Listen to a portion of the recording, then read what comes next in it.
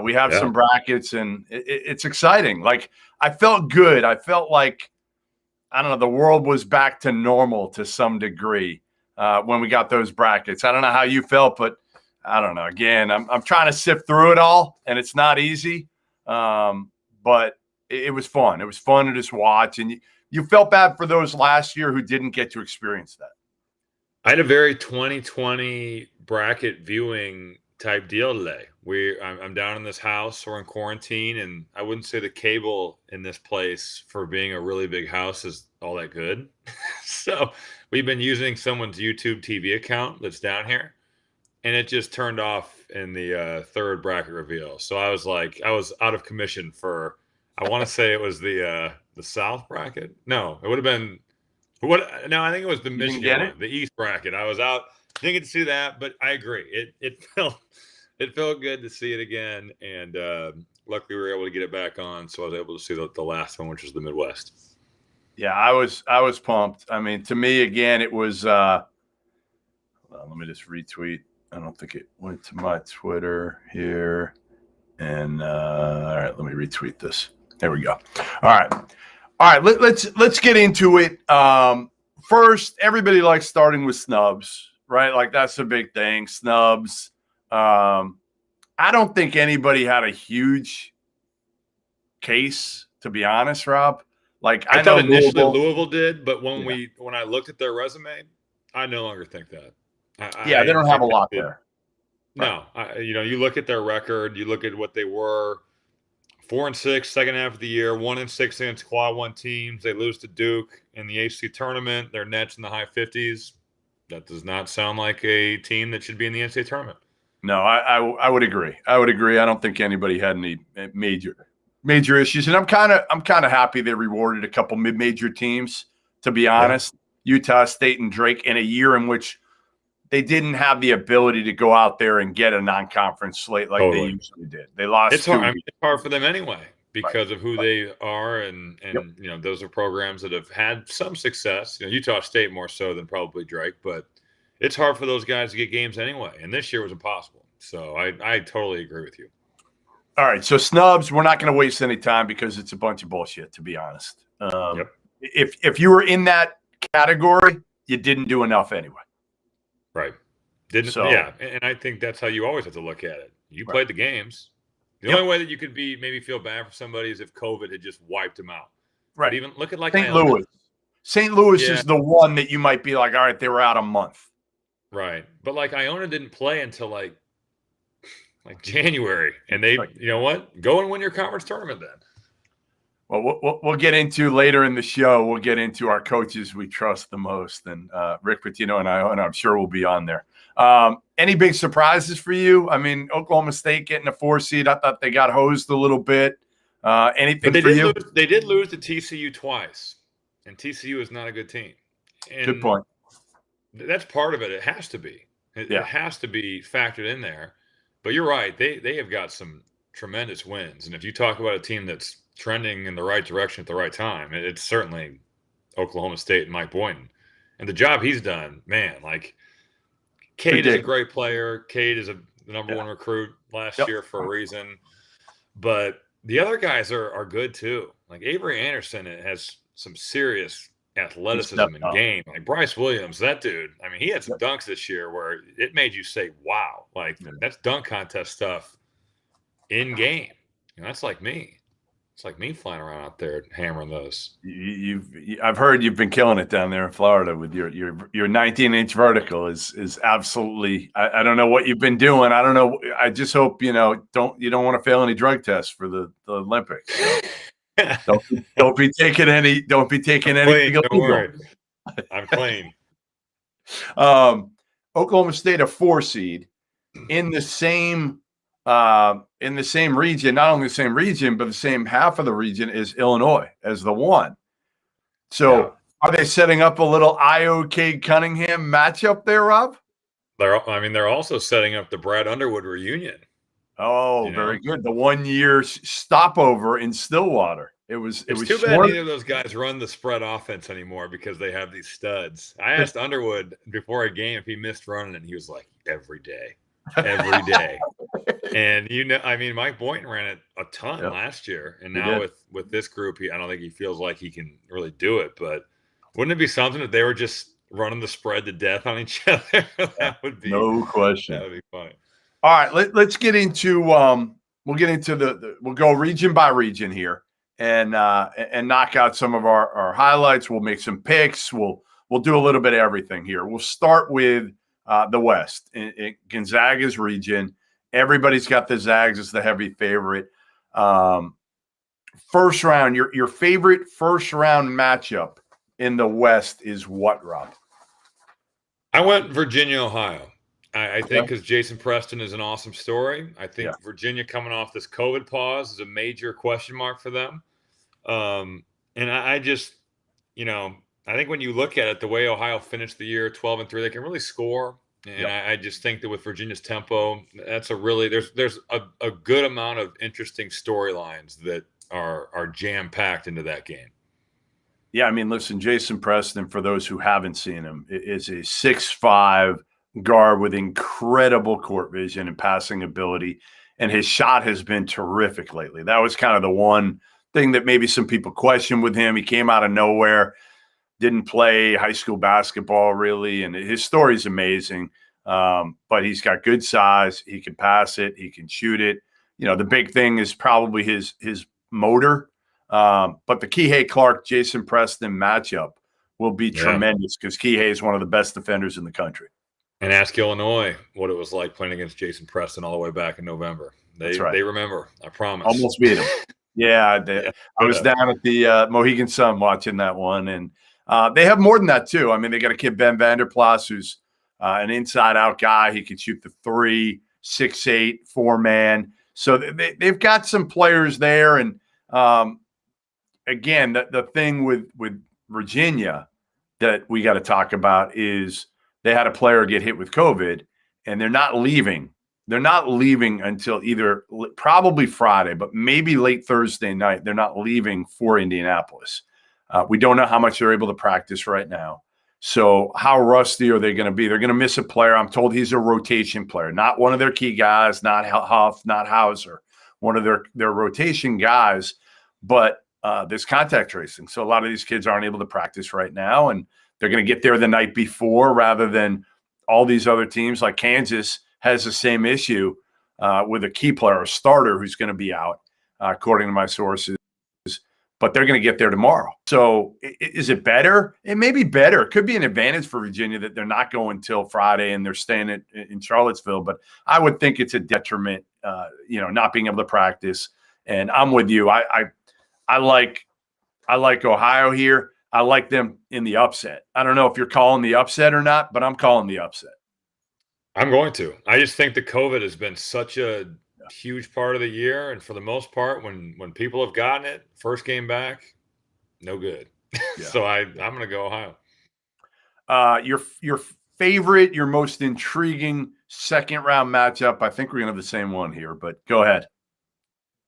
I went Oklahoma Gonzaga, which may seem weird because Gonzaga is so good, and you're looking at that 1-8-9 game, and I mean, anything can happen in this tournament. So there's been good 1-8-9 games, but 3 weeks ago we were talking about Oklahoma as like a 2 seed.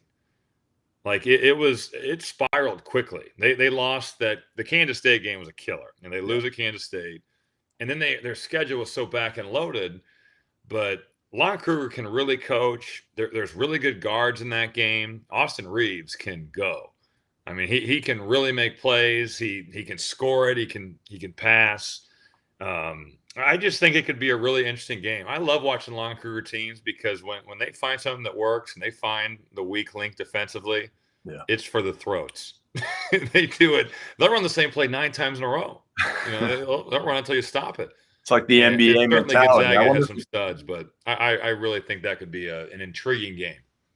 Austin Reeves, Devion Harmon, Umoja Gibson, 3 guards that are all a little bit different, but they can all play. And again, I'm not sure they can match Gonzaga, but they can make that game entertaining at the very least. And to me, Brady is a shooter. He's the key. The one thing is they cannot get crushed on the glass because they're going to play Manic at the 5. They've got Victory Walkor and they've got the other big fella, Kirk Weth. But you just feel like they don't want to play him. They want to go 4 guards and Manic and play Elijah Harkless at the 4 and just get their game on. All right, so our upset is Ohio over Virginia. My first round matchup that I really like that we haven't talked about is UC Santa Barbara against Creighton, Rob. Mm-hmm. And UC Santa Barbara has a couple dudes. They got Joe Pasternak coaches them. I don't really get along with Joe very well, but we'll talk about that another time. But Pasternak coaches them, and he was an assistant at Arizona under Sean Miller. He was a head coach in New Orleans years ago, and he's done it with all transfers, high major transfers. McLaughlin is a 6'4", 6'5" point guard, Ja'Cory McLaughlin, who can shoot and facilitate. Miles Norris, 6'10", Oregon transfer, who's athletic. He can shoot it. He can step out. Amadou Sow is an athletic 6'9" big. So that they have high major size. No doubt about it. They have high major size. They're better in the front court than Creighton. The question, the McLaughlin matchup, honestly, with Marcus Zagorowski is going to be terrific. I mean, really, really good.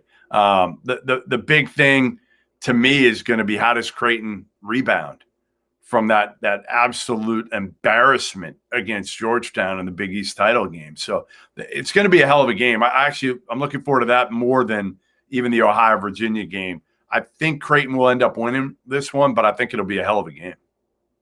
They've had such a weird season. What a weird 3 weeks for Creighton. Yeah. I just wonder how emotionally spent those dudes are because it's been like when you talk about the worst possible scenario for these guys, and you have this deal with Greg McDermott, and you get to the final, and usually you'd be like, all right, that's great. We wish we would have won. But, in a conference like the Big East or the Big Ten, like you got to beat some people to get there. Yeah. But the way they lost in the final, they weren't competitive at all. They got killed. So I just wonder if they've got any gas left in the tank. And, it's certainly a weird situation there in Omaha. And I think that when you look at a team that has big time talent like UC Santa Barbara does in this, in the transfer round, that could be a recipe for disaster for them. All right, top players in the West region, Rob. Go ahead, rattle off a couple, and then I'll fill in what you missed. The Gonzaga guys stand out. Drew Timme, Corey Kispert, certainly. Evan Mobley. Yep. Maybe the production isn't what some of these other guys are given, and he's had a really good year after being a little inconsistent early in the season. I'll go Austin Reeves. I think he's got big time game, and then Luka Garza. You can't forget about him for Iowa down in the 2 spots. There's a lot of good players in this region, and you might have guys that can really score the ball. You might have the number 2 and 3 picks with Evan Mobley and Jalen Suggs in the West region.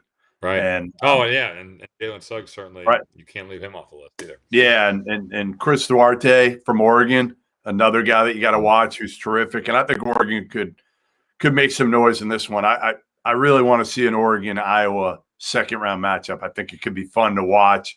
Oregon really spreads you out, have a lot of guards, well coached, obviously with Dana Altman. We know that. But Chris Duarte is one of the better players that nobody talks about in the country. All right. Biggest storyline in the West region. I'll go first on this one. I think it's pretty easy. It's kind of Gonzaga. Can they just keep this thing going ultimately and roll through? And I selfishly, Rob, I'd like to see a Gonzaga-Iowa matchup in the Elite Eight, just because I'd like to see Luka Garza get that far and play Gonzaga. We saw it already. And it wasn't that exciting. That's the only problem with it. It was like the not closest 10-point game you could ever have in a basketball game. It was never felt like Iowa had a chance to actually make something interesting happen. I think that's a real look at the bracket though. Kansas, I think I would pick them in a heartbeat if they were not going through this COVID deal, which is hilarious because a month ago or a month and a half ago, you'd be like, man, Kansas, they'll be lucky to get out of the first weekend. Yeah. And now you're picking them as How an you like Elite them. Eight team. Right. Yeah. But, well, it's you know, Bill what Self. you said about the starter being out and can they practice? I mean, that's tough. So to me, I think the Elite Eight is going to be Gonzaga and Iowa coming out of the West. Any other really good storyline that you see coming out of there? Anything else that kind of stands out to you? Again, Kansas, I think the injuries. I think Kansas had a storyline in the sense that this could have been like redemption for a regular season where people just wrote them off and they could have still made something out of it. But the COVID thing certainly scares, I think, anybody. Other than that, Gonzaga is the whole story. You know, can they become a team that reaches that immortality? You know, the Indiana type deal where people still talk about them, the last undefeated team. And that was from the 70s, you know? So I think that even in a weird season like this, to not lose a game, and even though they had some big games canceled that would have been awesome, and, you know, you have to think of the Baylor game, I think they're really the only story here in the West. I can't believe we went through the whole region and we did not mention your boy Bryce Drew and the fact that he's got two bigs, Rob. Rob, he's got two bigs that he can play. Yeah, that's true. They're going to have the size. Alessandro Reliever is really good, 6'10", plays hard, and the kid from Wichita, Asborn Midgard, has been awesome this year. And they're going to throw size and bodies at him, that's for sure. But I really like Joe Wieskamp, and if CJ Frederick is healthy, I mean, I love Bryce, but I think Iowa is pretty good. Yeah, I do too. All right, well, let me tell you guys a little bit about our partners over at BetRivers Sportsbook. If you haven't signed up with BetRivers yet, now is the time. BetRivers Sportsbook is offering a $250 match bonus for your first deposit. But what sets them apart? They require just one playthrough to turn your bonus into cash money. When you win at BetRivers Sportsbook, they pay fast. And now it's even faster with Rush Pay instant approval for withdrawals.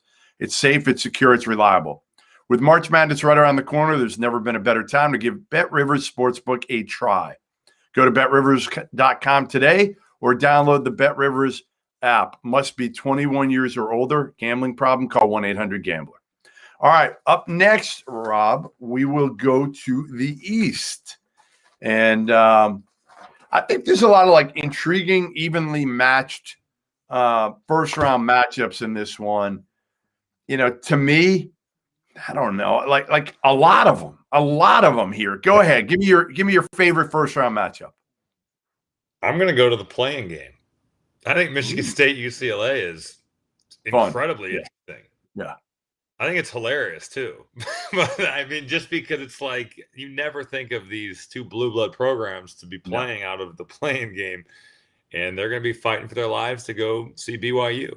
So I think, you know, Michigan State has played better. They've played incredibly physically, and then Mick Cronin has gotten UCLA back into the NCAA tournament, and I just think that to me that's very interesting, seeing those two guys duke it out.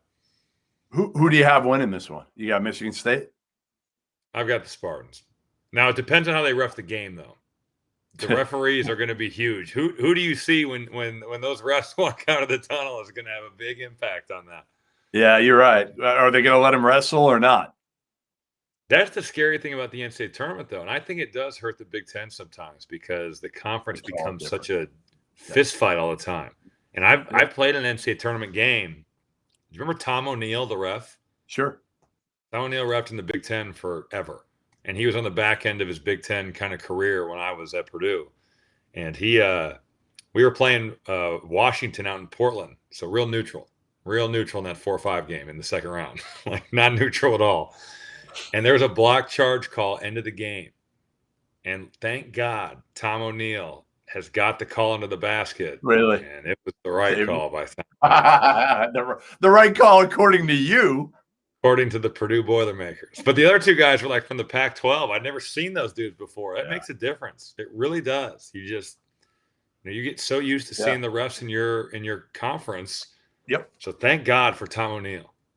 Because that is big play. Yeah, listen, I'm going to be there in that play-in game. I'll definitely be at that one. I mean, that should be very entertaining, a lot of fun, and yeah, I would think again. To me, UCLA's their resume was. I mean, Michigan State had a lot of opportunities, obviously, and they hit some down the stretch. UCLA, I think their only win was Colorado all year of any significance. And the Big Ten, it just that the sharpening of the iron from playing so many good people. Yeah. I just think that you have to take that into account when you're looking at some of these games. Like, okay, Michigan State is an 11 seed, but man, they've played so many good teams that I just don't. I think the leagues matter that much in situations like this. Yeah, well, the Pac-12 has sucked. We saw it. I mean, Oregon State comes out of it and gets the automatic bid. There's a reason. I mean, to me, again, it's Big Ten and Big 12 prepared way more than anything else. I'm going to go with, boy, I mean, honestly, there's a lot to choose from here. I like the LSU St. Bonaventure game because of what's next. I think It's a coin flip game. Mark Schmidt's a hell of a coach. St. Bonnie's, they got 5 juniors. Ole in New York is a really difficult place to win. And LSU, we know what's happened there, right? Like Will Wade somehow continues to stockpile talent, even being under this NCAA cloud. And they got Trendon Watford, they got Javonte Smart. Like, they got talent. They got NBA-level talent. Totally. So I just think, Rob, like, whoever wins that game gets a shot at a Michigan team that we don't know how healthy they're going to be. And you could speak to this more than anybody or most. Michigan without Isaiah Livers. What are they? What? How far can they go if they don't have – can they beat St. Bonaventure or LSU? Or is it a dogfight? I think they can beat either of those teams minus Isaiah Livers. Honestly, I think that the team that would scare the most in that region minus Livers, and when they had him, they were one of the top 3 teams in the country, no question, would be Florida State.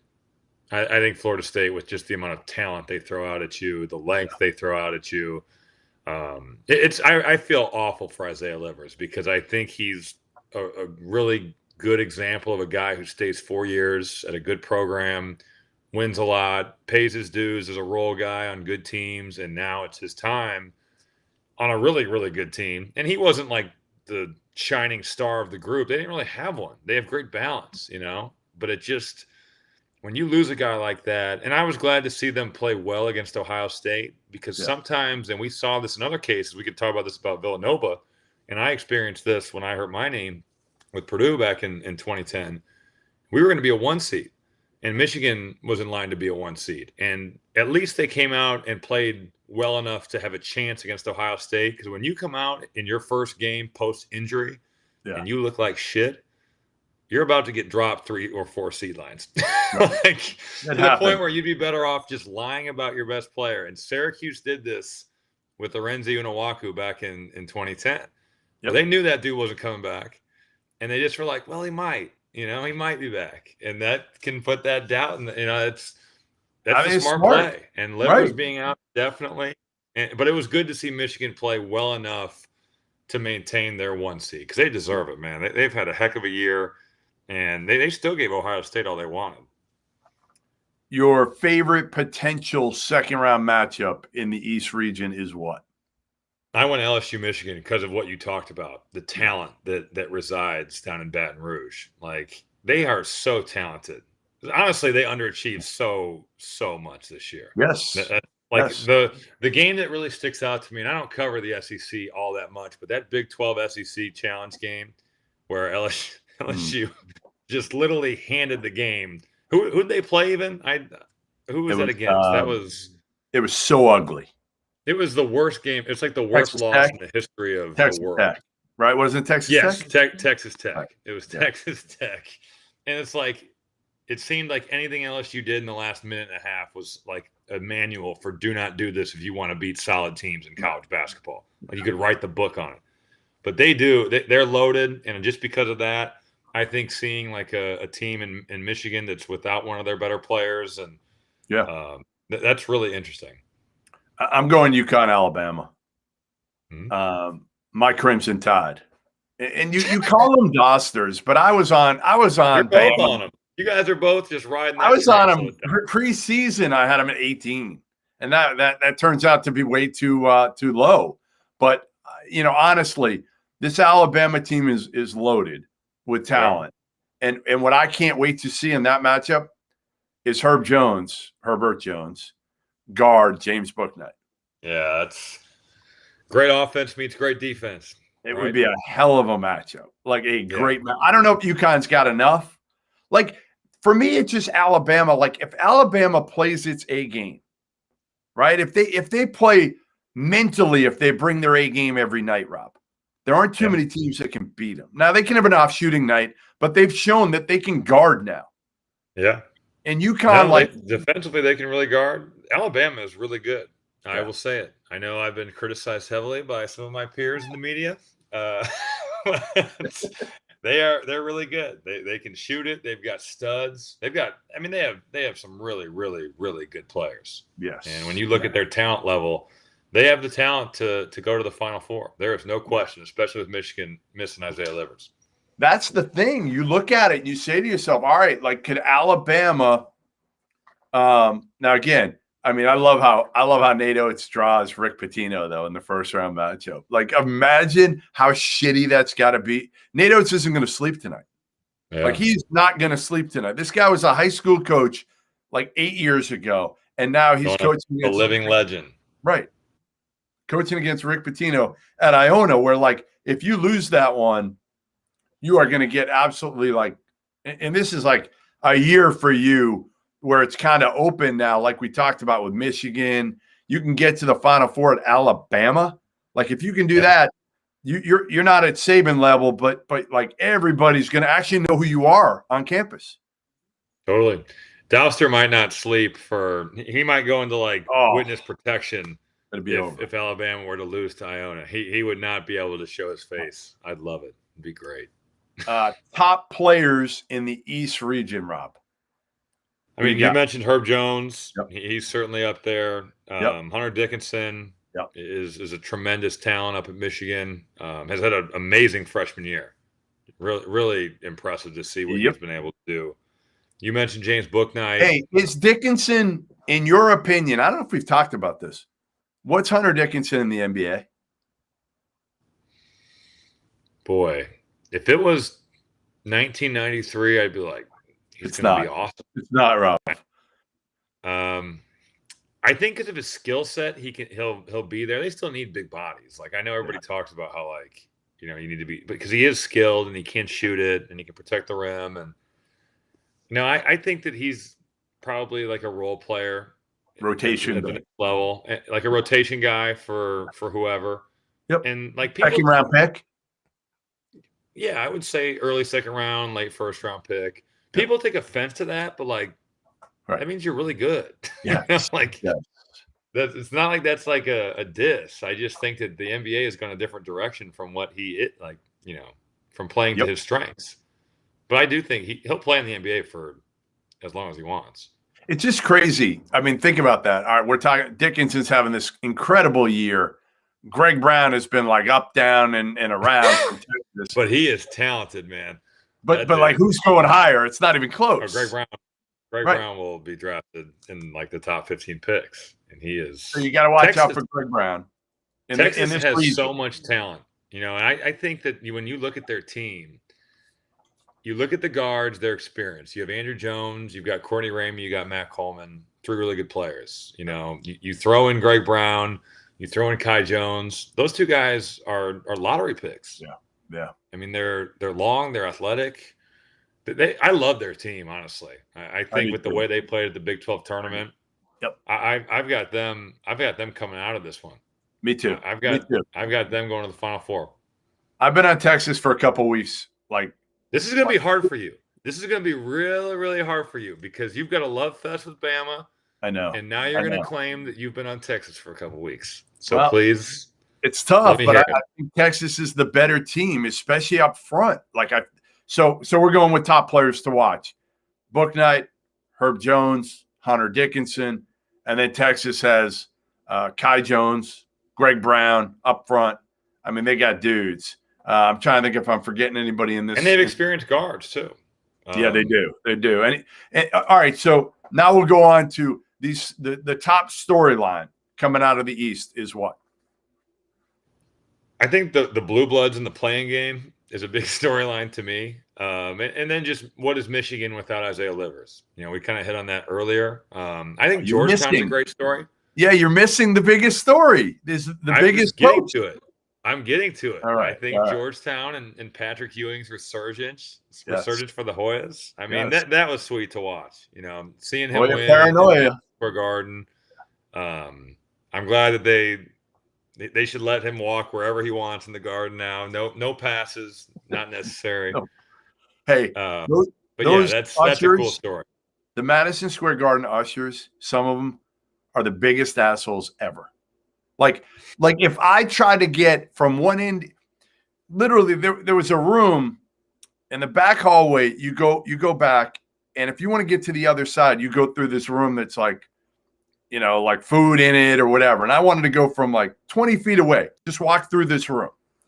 And these guys would not let me do. I had to instead walk up like 4 sets of elevators, through the concourse, to another elevator to come down. I'm like, you MF, like, come on. It's right there. Like, I could see, I want to go right there. So I can understand. Now, I'm not Patrick Ewing. You're not Patrick Ewing. I'm not Patrick Ewing. But I understand where Patrick's coming from. Remember the Charles Oakley incident. So anyway. Yeah, but Patrick is on. I mean, Charles Oakley was a good player for the Knicks, right, and he should not have been treated like that. But Patrick Ewing is like the best player in franchise history, outside of maybe 1 or 2 people. Very true. That is abysmal. And he's 7'1". Right. So right. Like everybody, if you don't know who Patrick Ewing is, you shouldn't be working at But on the flip side, though, we were talking about this down here. It's like, that could have been like a 21-year-old kid who's getting paid like minimum wage to watch a room, and they say no one comes through here unless they've got a pass. And he doesn't even like basketball. Yep. And he might just be at work, like hanging out. So if that's the case, like you could see the flip side. I totally hear what Patrick Ewing is saying, and I agree with him. He deserves that type of respect in that building. But you just hope it wasn't like some sort of deal like that where it's like, hey man, I make minimum wage and I'm just here to do my job and I need to do this or else I get fired. I think a lot of people are going to take Georgetown in this game, and I'm rooting for him, to be honest, because I love the story. Even though I said Patrick Ewing wasn't a great hire, it doesn't mean I don't root for Patrick Ewing. Like, I love the guy. He was a star. I loved him growing up, watching him in Big East basketball. He's part of the reason I love basketball. But I think the dream kind of probably ends here. Like, Colorado's good, man. I mean, you look at like KenPom, they're top 20 in offense, top 30 in defense. They're well coached. They're always well coached by Ted Boyle. He does a really good job out there. He's done. And they got McKinley Wright, who's a high-level senior point guard. Talking about point guard play, yeah, that is the key. And the only thing you would say is that you feel like Georgetown has caught this lightning in a bottle. Maybe. And they're playing so far above what they've been all year that maybe. But I really like Colorado too, so I don't see it happening. All right, we'll get back to the show in just a minute, but before we do, I need to let you guys know about a new campaign that we've partnered with Manscaped on, Take Care of Your Balls. For the month of March, if you buy anything from manscaped.com with the promo code Hummel, /field/miles. Oh, no, it's just Hummel. I'm sorry. I'm reading this thing. I'm like, what? Ron Burgundy reading the teleprompter. Yeah, I'm reading here, and I didn't read it first. So for the month of March, if you buy anything from manscaped.com with the promo code Hummel, you will not only get 20% off the purchase price and free shipping, but a portion of the proceeds will be donated to the Testicular Cancer Society. With a reemergence of March basketball, Manscaped wants to remind men to take care of your balls. Check yourself for the most common form of cancer in men ages 18 to 34. That's not quite you. You're just outside that, Rob. Testicular cancer. And to the ladies that are, if you're listening, make sure to remind the men in your life to take care of their balls. Enter the Manscaped We Save Balls initiative. The goal here, to raise awareness for testicular cancer while also ensuring that you keep things clean and trim. So go to manscaped.com, buy the Lawnmower 3.0 or the Perfect Package 3.0, the crop mops or whatever it is you need. They have it. And when you do, be sure to use the code Hummel. to get free shipping, 20% off, and to send some money to the Testicular Cancer Society. All right. Well, anyway, screwed that one up, but hopefully I rebounded fairly well. You did. All right. Dawson crush you, though. Yeah, he's going to crush me for that, but it is what it is. Anyway, let's move on to the South. The Baylor region, as I'm going to call it, the other Drew family member. And we'll get to the first round. Your first round matchup that you are dying to watch is what? It has to be the team that I've talked about all year. I think North Carolina and Wisconsin is a really interesting game because you've got Wisconsin playing their style. You've got North Carolina playing their way of playing fast, crushing on the glass. Yep. And, two teams that had high expectations, and it didn't maybe go the way that either team hoped. I just think, to me, that's the most intriguing first-round game. I like Arkansas Colgate. I just think you get a team, an SEC team that has athletes, that likes to run. Colgate likes to play fast too, and they can really, really shoot the ball. They got really good guards. And Matt Langell's done an unbelievable job the last 3 years in the Patriot League, dominating it, absolutely dominating it. I just feel like, honestly, it's one of those. I don't know if it's a game that Colgate's going to win, but I think it's a game they're going to play with Arkansas. And maybe Arkansas, takes them a little bit lightly because they look at them and they're like, it's like, guys when they looked at you when you got on the court, Rob, when you were a freshman at Purdue. By the time you were a little, I was thinking more of like when Rajon Rondo told one of my former assistants from Purdue, who was an assistant coach, that I looked like a science teacher guarding Jeff Green in an NBA game. But that works too. Probably similar to what Arkansas is going to think of with Colgate. But to me, again, I just, what you need guys that can make shots, right? Like the only way you're winning an upset like this is you better have guys that can make shots, and Jordan Burns can really, really make shots. And it's not just him. Like they've got other guys that can, make sure. They got a kid, Jack Ferguson, who's their second leading scorer, and he comes off the bench and he can really shoot it. And they're older. They've been there. They've done it. A lot of them. It's kind of a culture now there. And again, they were. Look at their net. All you need to do is look at their net, Rob. They killed it. They just beat the shit out of everybody in the Patriot League. They didn't play any other games, but they kicked the shit out of everybody in the Patriot League. So they've got confidence. They've got swagger. They're not going to be scared of the Arkansas Razorbacks. So I like that one as my first round game. What's the game you're circling that you want to see in the second round? I'm staying right there. I'm saying Arkansas gets through Colgate, and that game against Texas Tech, that's going to be awesome if we can get that, because you've got two coaches who I think preach toughness, preach playing as hard as you can. Moses Moody is awesome. If you've been able to watch him and see just the freshman year, that dude's a lottery pick. He is so talented. And then Texas Tech, even though maybe their personnel doesn't blow you away, and Mac McClung, I think, has fit in and kind of found his maybe role and niche. And at times it's been a little up and down for him. Yeah. But Chris Beard I think I'd take him over almost anybody in this field when you're looking at guys that just find ways to win in this situation. Yep. To get deep in the tournament, even as a 6 seed. I really like Terrence Shannon. I just like the fact that he does a little bit of everything for them. Those freshmen have gained valuable experience throughout the year for Texas Tech, and I think that would be a phenomenal second round game. It will be, no doubt. I'm going Baylor, North Carolina. I know you're not taking Wisconsin in that game against North Carolina. You've been on me all year on the Badgers.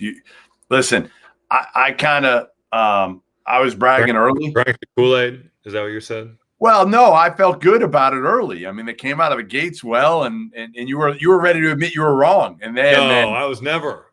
You were. We got to find that. No. I'm telling you, the Marquette loss. The Marquette loss. I knew. I was like, No, there was a pod. I'm telling you, where you were like, Jeff, you know what? You were right on Wisconsin. You were right. No, But I said you were right on experience mattering. That's what I said. Because they got out of the gates strong. They got out of the gates pretty well. They did. All right, so I just think, again, Scott Drew Baylor against Carolina, we're going to see in that game, to me, like, is Baylor back as Baylor? Or are we really worried about them? Is this a team that, like, can they put their foot on the pedal, especially their guards, and kick the living crap out of Carolina's young guards? They're going to have to rebound. Yeah. I mean, that's what I would say was my biggest concern there, because North Carolina is enormous, and they are coming on the glass. And Baylor was not great rebounding the basketball in Big 12 play. So I would say that's the they game. Everyday right John. Rebound. I feel like Everyday John hasn't come back to what he was. Hasn't made a play with the same motor he did early. Right. And Thamba's a solid player, but I thought Chama Chachua was the guy, like that. Okay, he comes off the bench, but he brings. He had COVID. Bob, he had COVID, and I'm telling you, that hit him. Yeah, no, I agree. I totally agree. He has not been the same. Nope, he is not. All right, your upset special in this. If you don't pick the same one as me, I'll be disappointed. This is everybody's upset special. Everybody. It's gotta be Nova and Winthrop, right? Like has to be. It's like the trendiest pick of the trendy. Like everybody is going to pick Winthrop to beat Villanova. And you look at their record. Winthrop's 23-1. They've got a bunch of dudes that play a bunch of minutes. They're balanced. They've got some guys that can play at that high major level. And I think when you've got that, and you've got coaches who can keep that together and keep those dudes at a mid-major like Winthrop, that's a dangerous group that Pat Kelsey has got down there. Nova, certainly with Gillespie hurting his knee, it's a tough deal. But we were talking about this before we got on here. They don't have a point guard. They do not. And you're going up against a team that's really, really pretty good. So I think Winthrop is going to be the trendiest of the trendy upset picks here. I mean, just think about the fact of Ryan Arcidiacono. His brother, Chris Arcidiacono, is a sophomore, and he played. I'm trying to get it right now. How many minutes he played before pressed into action? I mean, he's played 96 minutes total. Okay, this season he's played 96. He's played 59 in the last 2 games. So I don't know how your math is. I think that's like 30. 59, 37 minutes. Games? 2 games? 2 games, 59 minutes. He's played 30 times 2 would be 60. So 37 would be 29 and a half minutes a game would be the magic number for the Arizona grad. Hey, all I know is I could have gotten into Purdue also. That's all I know. I don't know. We'll never know. Winthrop over Villanova. We agree. Without a point guard, you're dead. That's what I say. Without a point guard, you're dead. And no offense to Ryan Arcidiacono and his brother, but he's just not ready for this. He's not ready for this. And Winthrop's got a kid named Chandler Vaudrin. Okay, he's 6'7". It's funny, if he had gone up against Gillespie, it would have been 2 point guards who like to back each other down. Like that's what Gillespie likes to do. Vaudrin does that too. And then he's terrific at passing out of the post. He'll I guarantee he'll post up Arcidiacono in this game. And like you said, they play like 11 dudes. Guys that shots and just spray it to guys who are posted up. I'm with you. And they have DJ Burns, a Tennessee transfer, to match up against Jeremiah Robinson Earl. So they've got high major size. So to me, this one is going to be the hippest pick of all the first round upsets, in my opinion. All right. Top players in this region are who? It's loaded. I mean, it's loaded with guys. Jared Butler, E.J. Liddell, Moses Moody, Trevion Williams. I mean, Davion Mitchell is awesome at Baylor. Who am I missing? Mac McClung's probably the most exciting one. Texas. Totally. Right? Totally. Yeah, I mean, I think you hit them all. Jeremiah Robinson Earl is probably a future first round pick. Mark Vital's fun as hell. Those are the guys. Hey, we cannot get through this, though, without talking about Purdue, North Texas. I mean, we haven't even touched on Purdue, North Texas. I'm not going to ask you necessarily about this game, but how all in are you on the Purdue Boilermakers this year? Forget about the future. This year, Rob, looking at the bracket, they got North Texas, then they might get Villanova Winthrop, so it's set up pretty well for them here. And then they would probably get, if they get that far, they get to Baylor. Like, can this Purdue team, how far can they go? I had like mixed feelings when I saw the bracket reveal, because you see they're in the 4-5 game with Nova, and you're like, great. Like, that is great for Purdue. But you just see that the 1 seed is looming of one of the 2 teams you did not want to get. Yeah. To me, if Coach Painter gets to the Sweet 16 here, that is a phenomenal year. And what's supposed to be a rebuilding season, and next year with the guys they've got coming in, and I don't think they'll lose really. I mean, Trevion Williams might test the waters, but I think he'd come back. Oh, he's got to come back. Next year is the year, you know, like next year is definitely the year.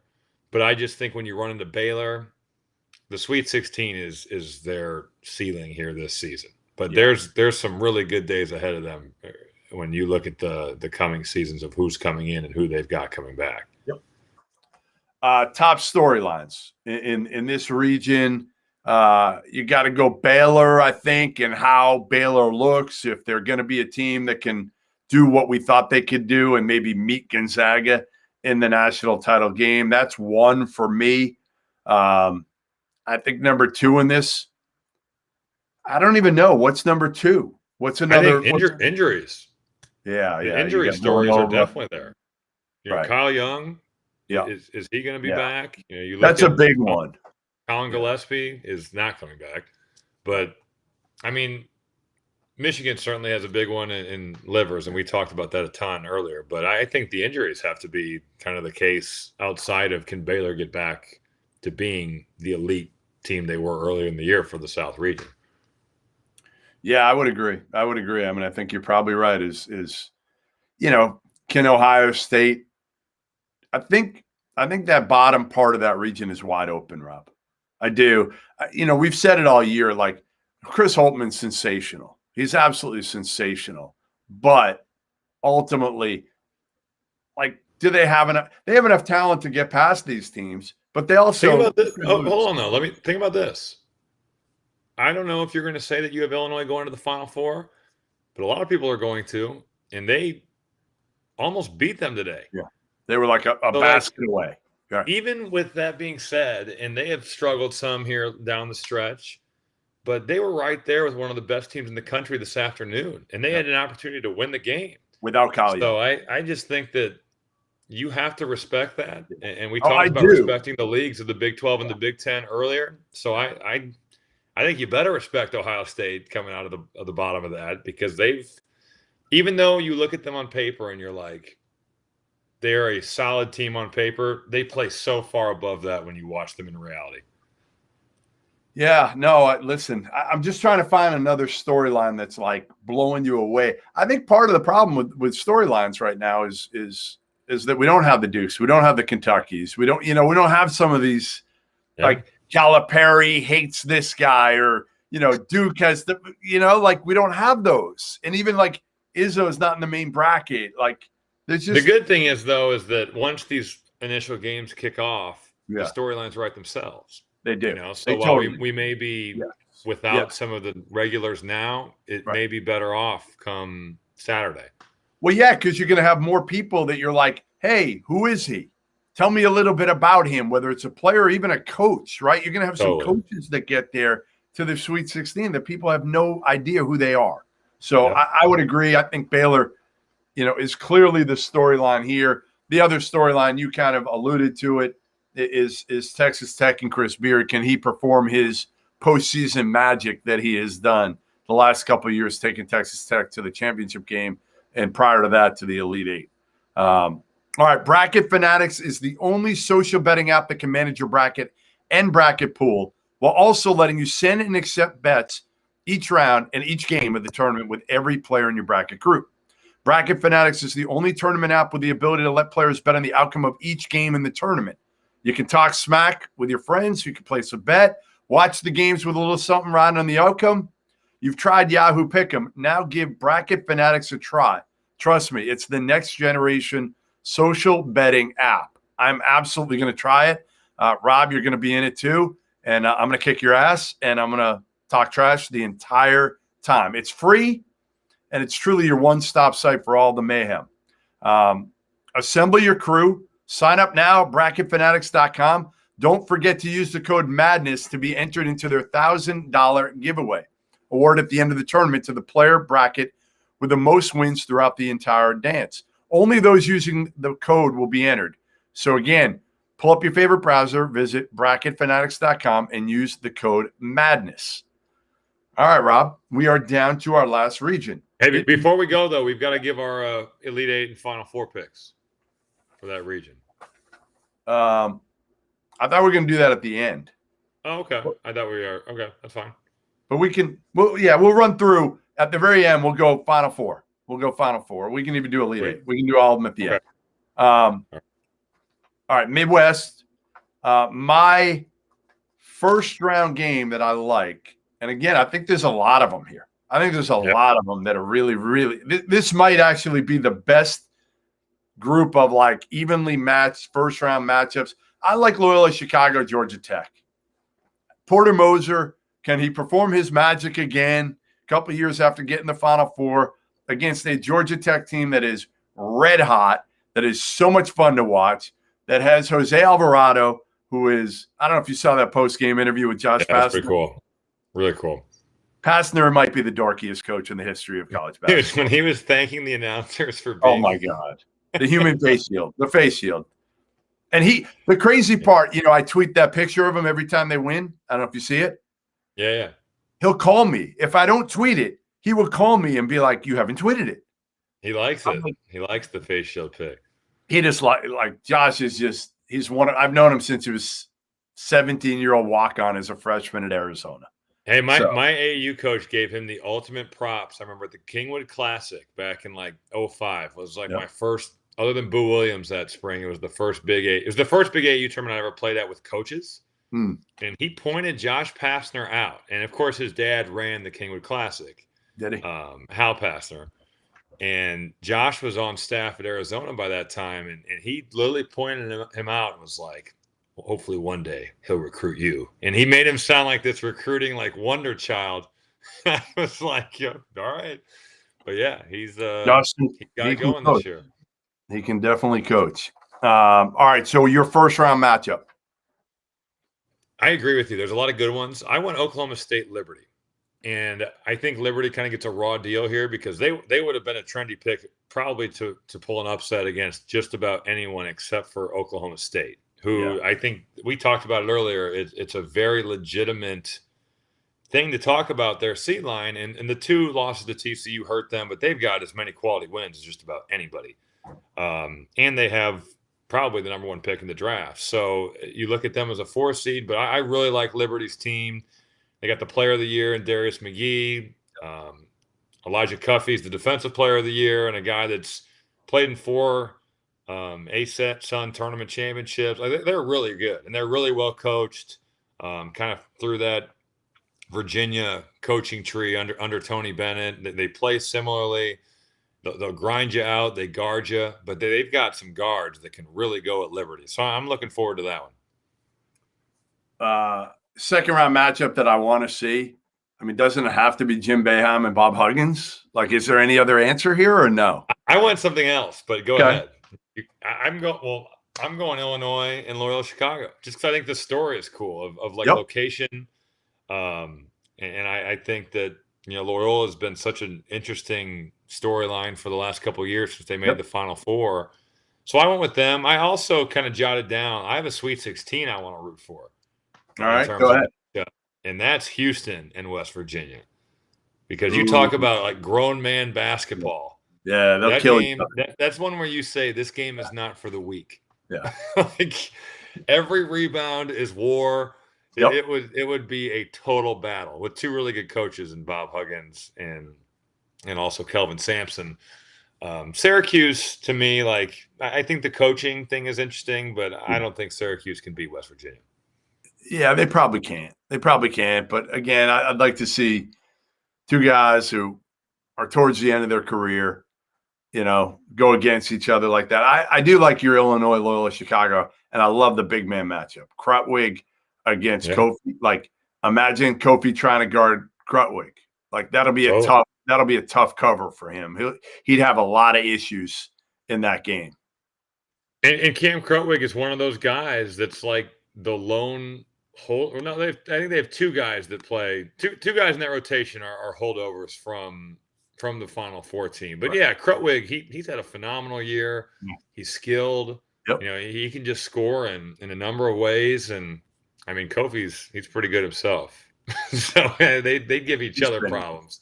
Kofi is enormous. What would you do, Rob? Would you literally, if he gets the ball and you're between him and the rim within 5 feet, are you just moving out of the way? Like, what are you doing? What do you mean? Like, you have to provide some sort of resistance.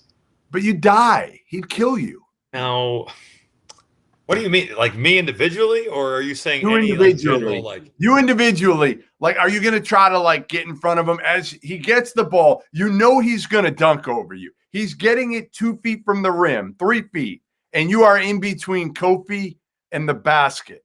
Are you going to pretend that you're going to try to defend him and just like fall out of the way? How are you going to play it? I'm going to answer your question with a question. Did I guard DeMarcus Cousins in an NBA game? No. The answer is yes. No, you didn't. Really So if I did that, I didn't guard him good, but if I was able to hang in there and try to guard him, I could try to guard Kofi. I would honestly, if I was thrown into the game on whatever day they play, Friday, Saturday, whatever, I think as a defender, you've got to try to push him as far off the block as you can, which is easier said than done. But you got to try to ride him out there, and then I'd love to see you try to push him off the block. I'd love to see it. I would probably try to draw some offensive fouls. That would be flopping. I mean, I'm 6'8", 220. I'd be giving up 3 inches and probably 65 pounds. Yeah, it's not a good matchup. But you gotta match that size with some of my quickness. I'm getting around him. I'm fronting him some. I'm playing 3/4 some. I'm mixing it up. We're trapping him. I've got a good coach and some good help defense behind me. We're gonna make life tough on Kofi Coburn. I mean, I guess it's no different than you trying to guard Kofi would be like me trying to guard you in the post. No, I think that I would have a better chance against Kofi than you. Yes, I'd be out for blood, elbows flying. I mean, I have something to prove. Kofi has nothing to prove against me. We're doing it. I've got something to prove against you. That's what we're doing. The off season, I'm giving you the ball in the post, and I'm gonna see how much I can keep you away from the basket. Push me off the block. I'm just gonna be elbowing the shit out of you. Is what I'm gonna be doing. You're one of those. You know what? Bad players are usually dirty players. So well, I will be with you. Whatever it takes. I don't listen. I'm not only giving up how many inches, but I'm also giving up a few years. Okay. Yeah. I mean, a few. It would be an understatement. And it's only 10. It's 9. I mean, you just hit 40. You're getting close. You're getting close. I turned 32 a couple of days ago. I'm still fresh and young. How many people thought you were 40? Anybody? No, because how would I be 40?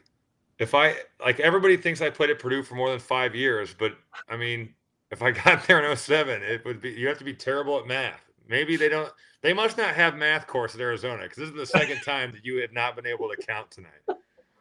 Listen, all I know is not everybody's remembering when you played at Purdue. They think it might have been a long time ago. They think you might be 40. Well, for those people, I'm sorry to tell you, I am only 32, and I'm going to kick the shit out of Jeff this summer in whatever competition we have. I can't wait. I cannot wait. We're also going to try to play pickleball. I've never played. I've never even played, but I'll beat your ass. I come from a family of elite pickleball players, so I look forward to that. Pickleball lineage. Yeah, it's high. And you know what? I'm here in Florida right now. Canyon's dad, Rick Berry, is diehard pickleball. I'm We sure. actually had an argument the other day. I had to call my dad and settle a rules dispute when we were arguing in one of the vans over to Disney. Yeah, pickleball it's gaining traction all over the United States. The real deal. Mark, just ask Mark Few, man. He's probably playing right now. The Gonzaga staff who's taking a net to they're setting up a court as we speak. They're setting up a court in the ballroom right now. Yeah, we'll have to get Few to text me a picture if they really want to get some footage of him kicking some assistant's ass out in the convention center. All right, the upset in the Midwest. What do you got? What's your big upset? This probably isn't an upset, but I said Rutgers over Clemson. Me too. Clemson, they lose to Miami in the ACC tournament. That doesn't inspire me to pick them much. Again, the Big Ten strength of the league. That's who I want. That's a 10 over 7, which isn't a huge upset. That's the one that stood out to me. Yeah, I don't have anything better than that either. I don't think Oklahoma State loses. I don't think Tennessee. Like you could say maybe Syracuse over San Diego State. Right. Yeah. Again, not huge. Not huge. No. Both of those are like mild upsets if they happen. San Diego State, nobody's really seen much of this year. Let's face it. They've been the Mountain West. They've won out. They've reeled off a ton of games, and I think their culture is so strong. All right, top players. Let me hit. I'll start with this one. Ayo and Kofi for Illinois. You got to watch them. Jose Alvarado, because he's a friggin' riot and he brings so much energy and enthusiasm. Got to watch him. Cade Cunningham, obviously, from Oklahoma State, the number 1 pick. You want to help me out? Anybody else? Derek Culver for sure. Quentin Grimes, Houston. I went Darius McGee too. That dude could go for 30. You love him. Honestly, I think really highly of him. I mean, he's little. He's 5'8", 5'9". He's got a 40+ inch vertical jump. He can really shoot from deep. Right? Darius McGee's my guy. I'm rolling. That's your guy. And they get don't they have another guard too? Another senior guard who's pretty good? Yeah, the transfer. Is it Parker? Chris Parker. Chris Parker, yeah. Chris Parker, yep. Player. Yeah, so I mean they got some players. I mean they can make it interesting. There's an Oklahoma State team that hasn't been there before. So those are always the most fun games for me are the one of my favorite a couple of years ago was the year after Virginia loses to UMBC, their first round game. I'm at it, and I usually bounce from site to site. It's in Columbia, South Carolina. I forget where I came from, but I drove there, got there right before the game, walk in, and Virginia's playing Gardner-Webb in their first game, and everybody's cheering for Gardner-Webb. They're going against Virginia again, and Gardner-Webb comes right out of the gates and puts pressure on him. And I've talked to Kyle Guy and Ty Jerome about it recently, and they were both like, yeah, we were scared shitless at that point. It was oh, no, not PTSD of first half deficits. But I love those, Rob. And I don't know how many times when you were at Purdue, did you play in a lot of those first-round games where people were rooting against you or not really? So, yeah. My sophomore year, for sure, we had Northern Iowa the year before they beat Kansas, and they were really good that year too. That's a scary game. And they cut it to 4 or 5 with 2.5 to go. We'd been up by 10 kind of the whole game, and it didn't really feel close. Then all of a sudden it felt really close. And the arena turns on you. The arena, everybody there, because we had Washington out there. I think Washington played Mississippi State, so they didn't have a bunch of fans, but Washington certainly had packed that place, and everybody was rooting for Northern Iowa to beat us. And luckily we kind of weathered the storm. My junior year would have probably been like that. We would have been a 1 seed, but then I got hurt. Yeah. Other than that, and we beat Scott Drew and Baylor my freshman year. They were an 11 seed though, so it wasn't I was there. and we beat them so bad. We killed scored them. How many points did you scored 100? Yeah, it was 90 something. It was 92, it was an embarrassment because you guys weren't known for score. I know everybody was saying can you guys hang with Baylor's high-powered offense? They had Lestarius Dunn and Tweedy Carter and Curtis Geralds, who has had an awesome career overseas. Yeah. But yeah, that there was a play in that game. I need to find it on Synergy or I got switched on to Lasdarius Dunn, and he's running the baseline. He's going off screens. And I'd guarded 4 men the whole year. And this is pre-stretch 4. I will give Matt Painter a ton of credit because I was like, the stretch 4 was not a thing. And he just put me at the 4, and it was such an advantage for me. Yeah, like I'm guarding like Marcus Landry and like Goran Suton for like that's who I'm going against. Those are post players, right? So Baylor decides to go small, and I get put on Lasdarius Dunn. He's running like the baseline, just coming off screens. And I get totally lost, and I try to shoot the gap, and he had stopped and come out the other side of the floor. I didn't see him stop. I was on the opposite side I'm literally like 40 feet away from him. And we were watching film, and Coach Painter's like, Rob, this is some of the worst defense I've ever seen. It was like funny. You're like, Coach, won by 30 points, but it was like, whoa, that's he's like a two guard, right? He's like a freak athlete, two guard. Yeah, like, no, that ain't Goran Suton. All right, best storylines in the Midwest. Oklahoma State is a 4 seed. Is certainly interesting. I think Loyola Chicago's return. What's that? Sorry. Can Hugs make a run? I like that. I think that's interesting. I think Loyola Chicago's first time back since making a run to the Final Four, and then maybe seeing in-state Illinois in round 2 is a good one. Rutgers finally back to the tournament to me after last year where they got the shaft. That's a good story. And then I would say, can Houston maybe, make the American can they lift the narrative of the American Conference? And Wichita State helped their cause today enormously. But can Houston make a run coming out of that league? And really, do they have enough offense, I would say, to do that? Can their guards – Quentin Grimes has played really well to end the year. Yeah. Marcus Sasser has not. He was certainly disappointing, I think, to end the regular season. So, can their guards score enough? And can they rebound against elite teams in college basketball? I know they can crush teams in the American on the glass. Can they crush in Illinois on the glass? Can they get a team like Oklahoma State who's got athletes? Can they do it against West Virginia, who is known for it? That is a cool storyline to me because Kelvin Sampson's done a great job down there. For me, I just want that Ayo Cade matchup so bad. I want that so bad. Like, that would be the biggest Sweet 16 matchup, period. Like, nothing would be better than that. If we can get Illinois, Oklahoma State, two elite big guards. I have to say, I was so impressed with Ayo when he came on with us last week. He was awesome. He was awesome. He was really good. He was entertaining. He was funny. He was tremendous. It was all you. It was all you. I bring out the best in players. What can I say? I make him feel comfortable around you. You've gotten good at this. You've gotten very good at this. I've learned from the best. What can I say? The podcast king. You do 10 a day. Huh? I do. I've done a lot of interviews in my lifetime, Rob. A lot of them. Trust me. And having to do them with a 16-year-old Robbie Hummel prepares me for anything. Anything. Highlight of your career right there. Right there. All right, let's give people our Elite Eight and Final Four picks. Let's start. We'll just kind of run through each region quickly. Start with the West. Who do you got?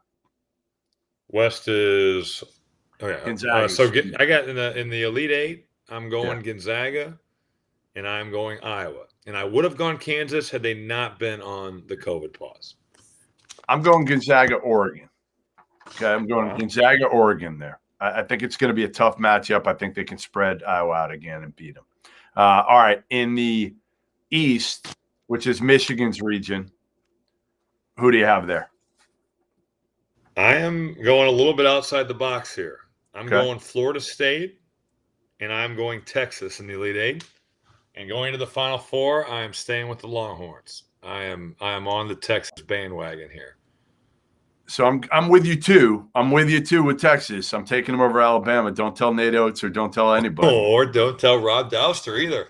And don't tell Crystal Oates. She's going to be on me on this one. She's going to kill me. Light you up. No, she's going to kill me. Love her to death. I'm sorry, Crystal, but I don't know. It's a tough one. This might be the toughest pick I have. Actually, the toughest pick is I kind of want to take somebody other than Michigan, but I don't know who to take.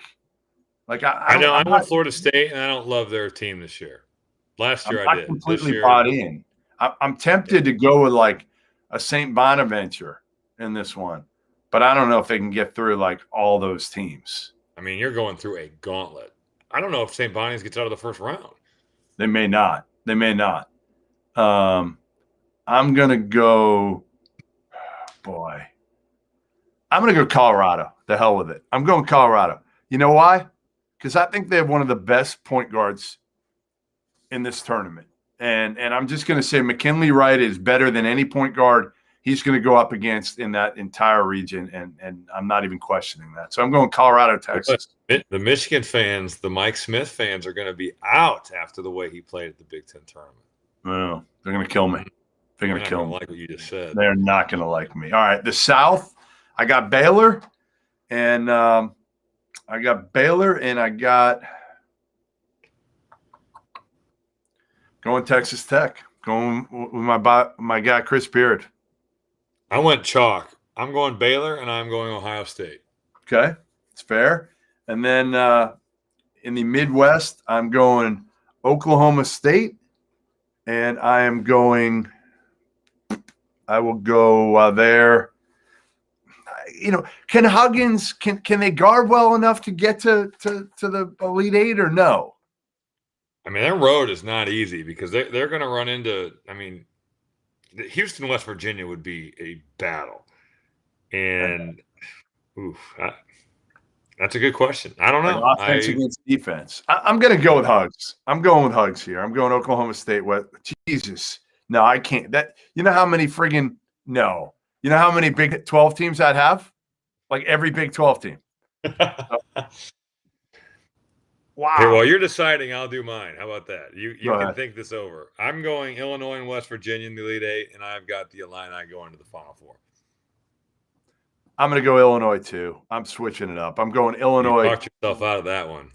You just could not do it. You were afraid of the Illini Nation because you knew they were going to see this and they were going to crush you. Well, if I don't pick Illinois and Michigan, they'll find out. They'll find my address. Now, you've literally disrespected the Big Ten at the highest level. You don't have Ohio State in the Elite Eight. You don't have Michigan in the Elite Eight. And then you almost didn't pick Illinois to go to the Final Four. I'm going to pick Illinois against Houston. I'm going to go with defense here. I don't trust West Virginia. You need a hot Quentin Grimes and you need a hot Marcus Sasser. That's what you need. And I'm not sure I'm getting them. I could see somebody coming out of that bottom half like something crazy, like Syracuse going on a run. They always do something crazy. All right. I got Gonzaga, Texas, Baylor, and Illinois in my Final Four right now. So I got 3 ones. What's that? I think we have the same Final Four. Do we really?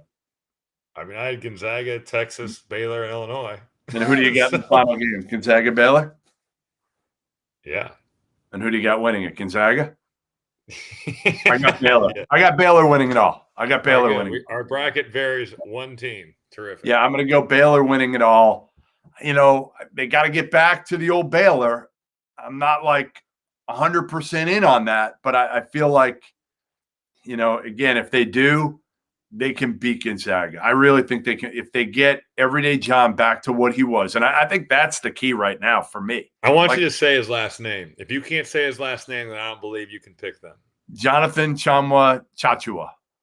I think it's Tchatchoua. Tchatchoua. Tchamwa Tchatchoua is how. Did you hear the clip of when we had Davion Mitchell on? You trying to say it? No. All right.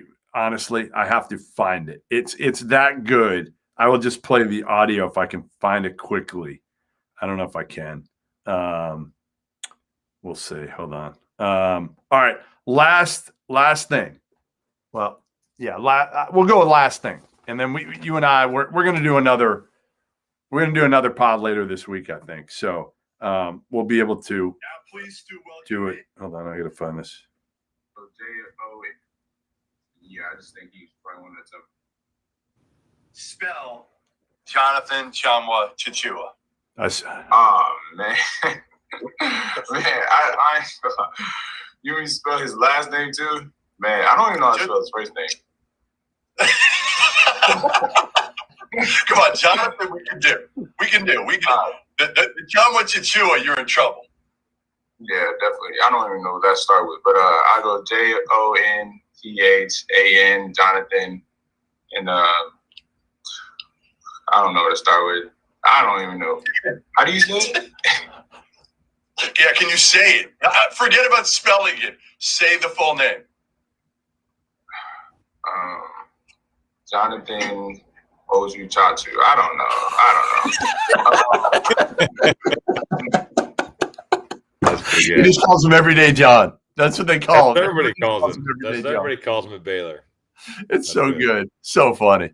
All right. So the top, if I said to you, give me your top 3 coaches that are not coaching the team like a 1 or 2 or even maybe a 3 seed, but can really coach their team up into a national contender, into a Final Four team that's not in the top 10-ish overall coming into the – who would you put in there?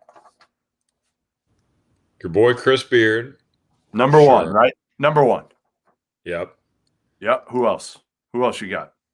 The problem is everybody else either is a 1, 2, or 3 seed or like an 11 seed. Like Tom Izzo's a good choice for this, but his team is not good enough this year to warrant being in this discussion.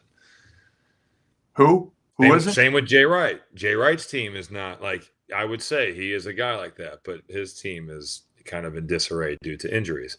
Honestly, outside of Beard, I don't know if there is any more. There's one more. Who would you pick? Only one more. I mean, there's one more, you think? Clear cut one more. Outside of the top 3 seeds? Yes, 100%. Go ahead. Who you got? Dana Altman. Oh, yeah, that's okay. Right? Really good coach. He is a really good coach. Yeah, I think he could get the most. I mean, the other guy I would say. See, I was looking at their team and I'm thinking, I don't love their team. You know? Yeah, because they don't have a rim protector.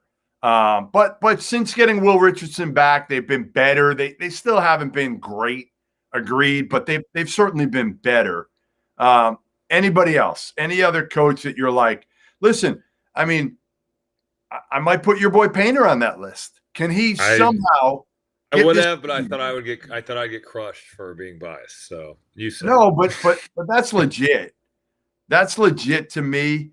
I think. Who else could you put in there?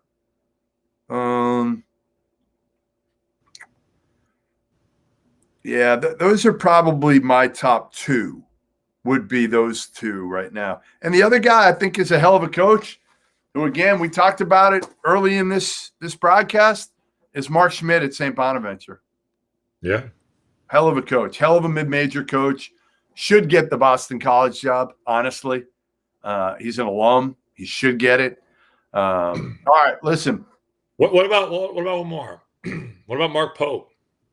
I like Mark Pope. I've said if Arizona fires Sean Miller, he should be in the mix at Arizona. Absolutely. He's got energy. I mean, he knows how to get kids to play hard. He can connect with kids. He could teach big men. Like his big men have really gotten better. Even dating back to like Utah Valley. I saw them play a few years ago in Vegas with Utah Valley, and I thought he absolutely maximized his talent on that team. Sure.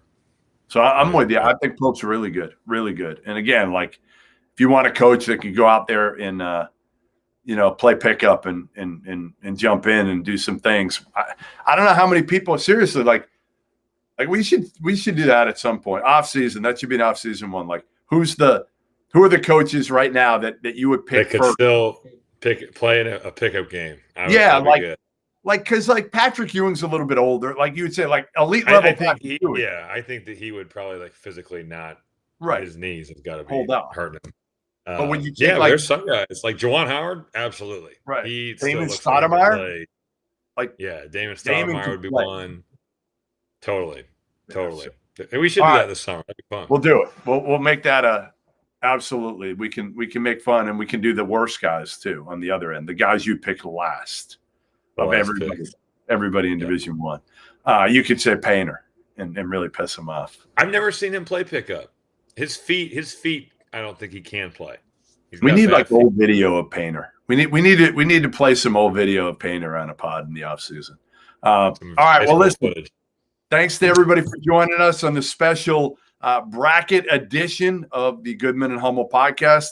We're going to try to do something else later this week. It might be Friday morning.